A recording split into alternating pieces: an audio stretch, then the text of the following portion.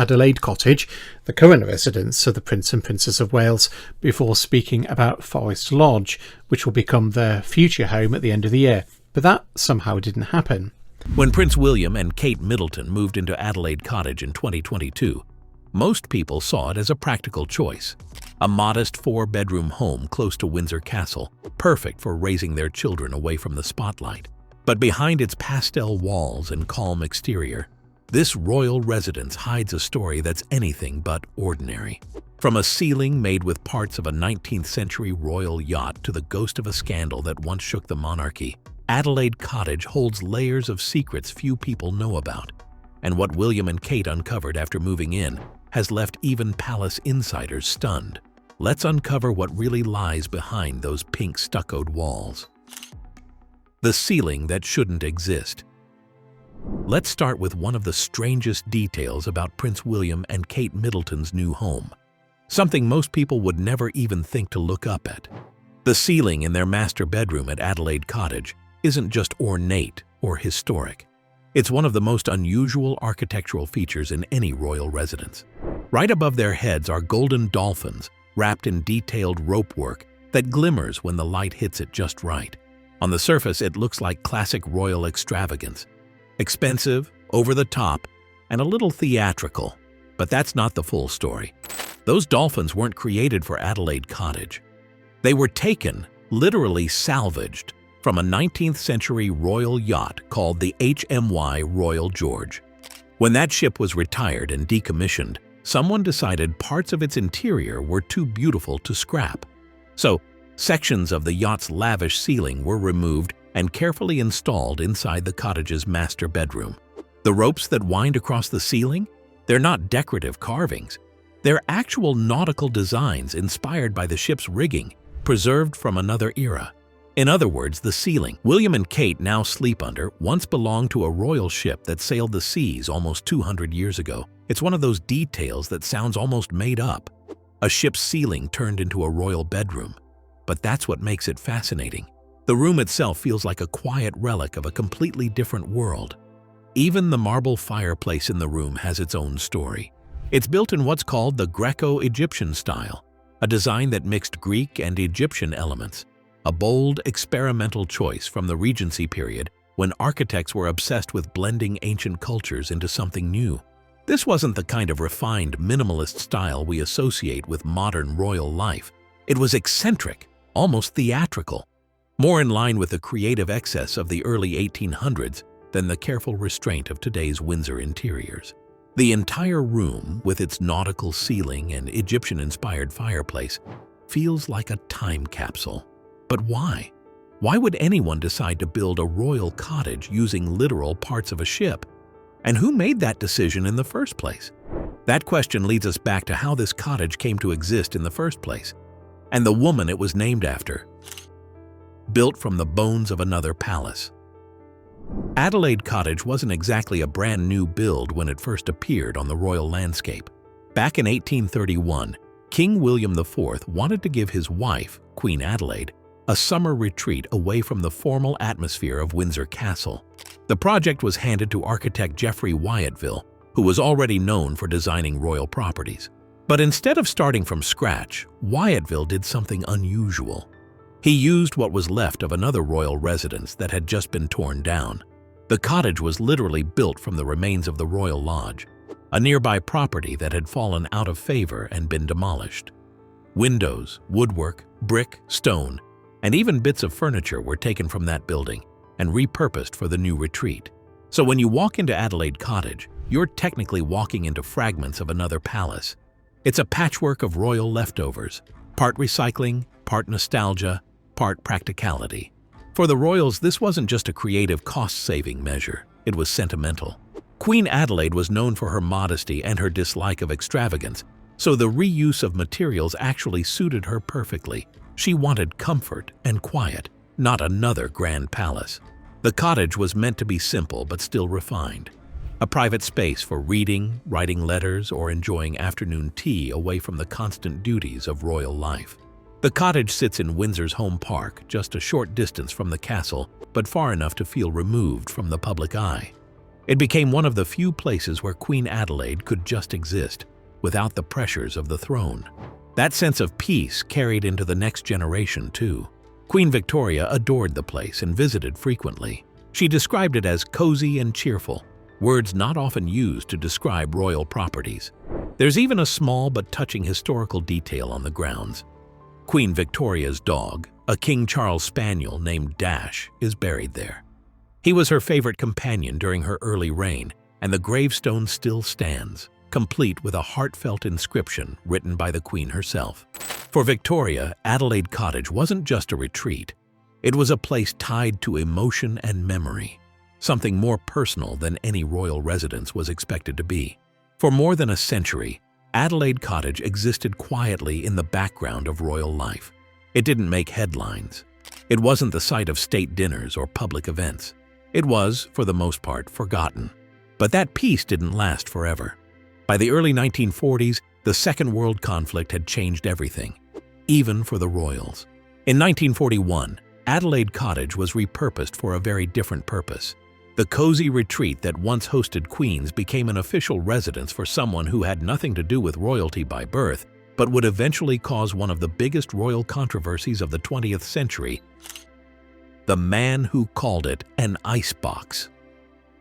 In 1944, Adelaide Cottage got a new resident, Group Captain Peter Townsend. He was a decorated Royal Air Force pilot, a national hero from the Battle of Britain, and one of King George VI's most trusted aides.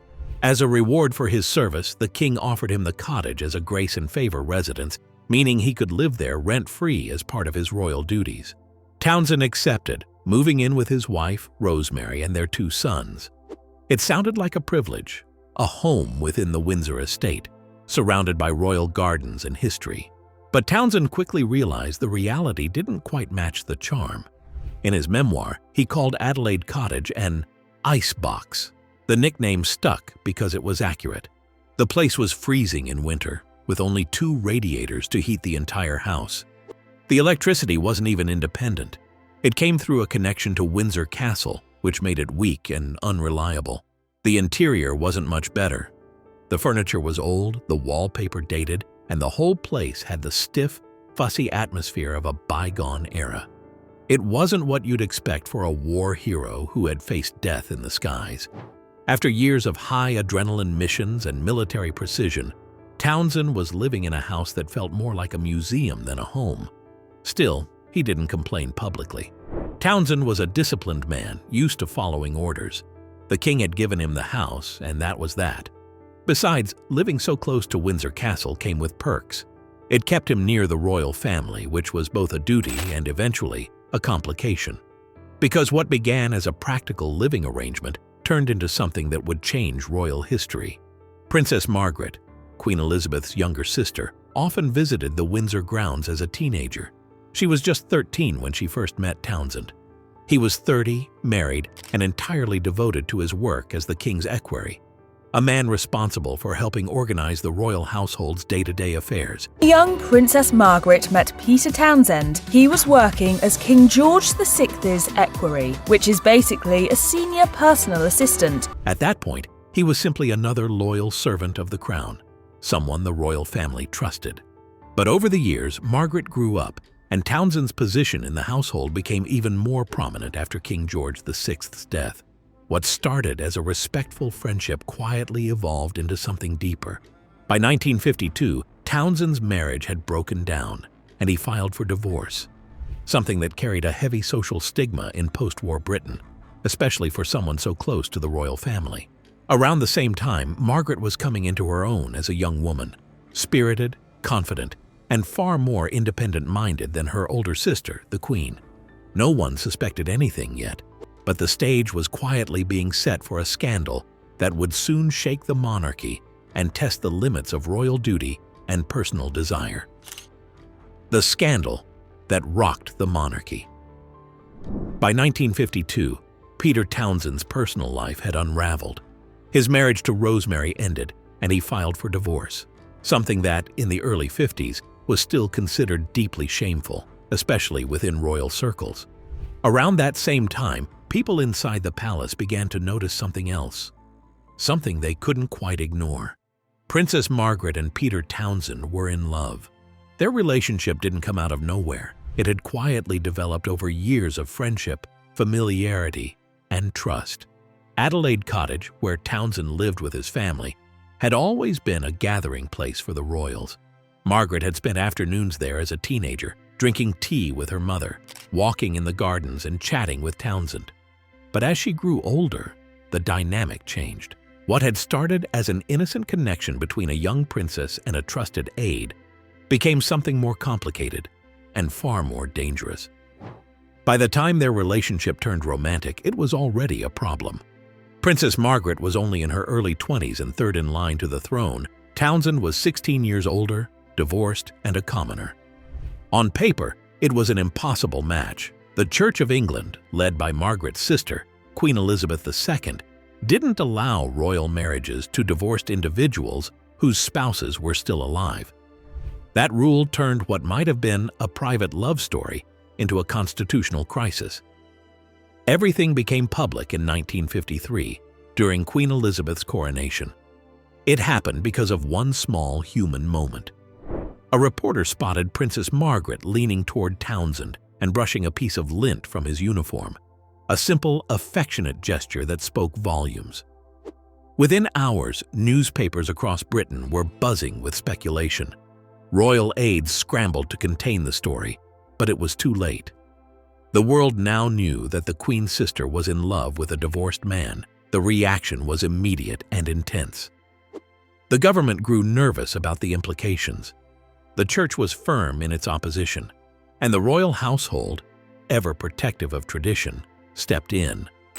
Not long after, Townsend was reassigned to Brussels as an air attaché, which many saw as a polite way of exiling him. The goal was clear: create distance between him and Princess Margaret and hope the situation would quietly fade. It didn't. Even with Townsend in Belgium, the press kept the story alive.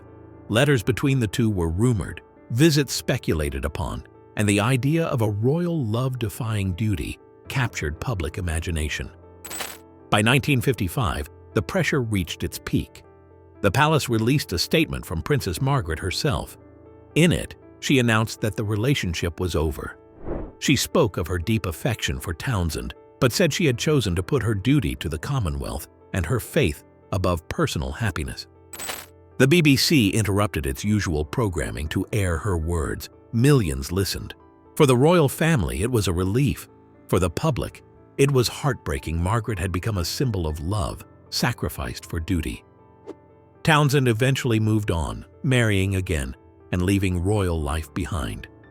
Margaret stayed in the public eye, but Adelaide Cottage, the quiet house where their connection had begun, remained linked to their story. And while the romance ended nearly 70 years ago, the echoes of that scandal still lingered in Windsor's home park. The abandoned building next door. When Prince William and Kate Middleton moved into Adelaide Cottage in 2022, they knew they were stepping into a home with layers of royal history. But what they didn't expect was what they found right next to it. On the same property, hidden behind overgrown hedges and ivy-covered walls, stood a red brick building that had been completely abandoned for years. Unlike the main cottage, which had been renovated for modern family life, this structure looked frozen in time. The windows were boarded up, the brickwork weathered, and the roofline uneven. According to palace sources, the building had quietly sat there, unused and forgotten, for decades. It wasn't part of any official tour or royal record, just a leftover piece of history tucked into the grounds. Technically, it belongs to the same Adelaide Cottage estate. It's fairly large, more like a small house than a shed or outbuilding, and yet no one has lived in it for as long as anyone can remember. Its interior condition is said to be poor: damaged flooring, crumbling plaster, and outdated utilities that would make it unsafe for modern use. But even in that state, it represents something valuable: space. For a family of 5 living in what is actually one of the smaller royal residences, that kind of extra space is tempting. Adelaide Cottage has only 4 bedrooms, which means no room for live-in staff or extended guests. And while William and Kate are known for preferring a down-to-earth, hands-on lifestyle, doing school runs and handling much of their own day-to-day parenting, the reality of royal life still comes with staff needs. Security teams, aides, and occasional overnight visitors all require accommodation nearby. That's why the discovery of this neglected building next door has sparked quiet conversations behind the scenes. Reports suggest that William and Kate have discussed the possibility of restoring it, not into something grand, but functional. Some believe it could become a guest house or an administrative space for their household operations. Others think it might one day serve as housing for security or a private office for the Prince and Princess of Wales. Still, nothing has been decided. Royal sources emphasize that William, in particular, is cautious about how the project would look to the public. After all, royal spending is closely watched, especially in the current economic climate. He's reportedly determined that any restoration work on the annex wouldn't rely on taxpayer funds. The couple have already made it clear that they want to live modestly, at least by royal standards, and avoid unnecessary extravagance. There's also the mystery surrounding the building's original purpose. Records from the 19th century suggest that it might have been part of the original estate's service quarters, possibly housing for staff or stables connected to Queen Adelaide's time. Some historians even speculate that parts of the structure could date back further than the cottage itself, which was built in 1831. If that's true, then this red brick building is one of the oldest surviving features of the Adelaide grounds. And that opens up another layer of intrigue. What's inside now? Has it simply decayed into disuse? Or could there be remnants of its earlier history? Forgotten furniture, fixtures, or even royal artifacts left behind decades ago? Because if Adelaide Cottage has already proven anything, it's that its quiet exterior hides stories that reach deep into the royal past. For now, the building remains untouched, sealed off, waiting. The family walks past it almost daily, aware that beneath the vines and age lies another piece of royal heritage. Whether it becomes part of their home or stays hidden as a relic of history is still uncertain. But one thing is clear. The mystery next door only adds another strange and fascinating layer to an estate that has already seen centuries of royal secrets. Why they really chose this place? After hearing all of this, you might wonder, why would William and Kate choose Adelaide Cottage? Why move into a 4-bedroom house with a scandalous past when they could have lived in the much larger Royal Lodge with its 30 rooms and extensive grounds? This is the third move in as many years for William and Kate. In 2022, they left London for Windsor, for Adelaide Cottage, and now they're moving again. The answer reveals something important about the modern royal family. According to sources, William and Kate originally wanted Royal Lodge, but Prince Andrew refused to leave, forcing the couple to compromise. Adelaide Cottage wasn't their first choice. It became their only choice, but it turned out to be the right choice for unexpected reasons. The cottage offered something the grand properties couldn't: privacy and normalcy for their children. There's no room for live-in staff in Adelaide Cottage, which means the family manages more on their own. The children, George, Charlotte, and Louis, can play in the private gardens without constant observation. It's only a 15-minute drive to their school, Lambrook School in Berkshire. Royal expert Katie Nicole explained it perfectly. They are very, very happy there. Being able to live in the middle of Windsor Home Park, where they're not overlooked and can come and go in complete privacy, makes the downsize from Kensington Palace worth it on every level. The cottage underwent major renovations in 2015, modernizing the systems while preserving historical details like those famous gilded dolphins. The weak electricity and limited heating that plagued Peter Townsend are long gone. What remains is a genuinely cozy, functional family home that happens to be filled with extraordinary history. As of November 2025, the family has moved to an even larger property called Forest Lodge, an 8-bedroom Georgian home also on the Windsor estate. But Adelaide Cottage will forever be remembered as the place where they chose simplicity over grandeur, privacy over prestige, and where they lived under a ceiling decorated with dolphins from a 200-year-old royal yacht in a house built from the remnants of a demolished palace, on grounds where one of the greatest royal love stories of the 20th century unfolded. The real shock wasn't what they found in Adelaide Cottage, it's that they chose it knowing everything it represented, and made it work anyway. So, what do you think? Is Adelaide Cottage just another royal home with too much history attached to it? Or do you believe there's more to uncover behind those old walls? Drop your thoughts in the comments. We'd love to hear what you make of it. And if you enjoyed uncovering these hidden royal secrets, don't forget to hit subscribe, give this video a like, and check out the next story popping up on your screen. It might just change how you see the royal family forever. Don't miss it.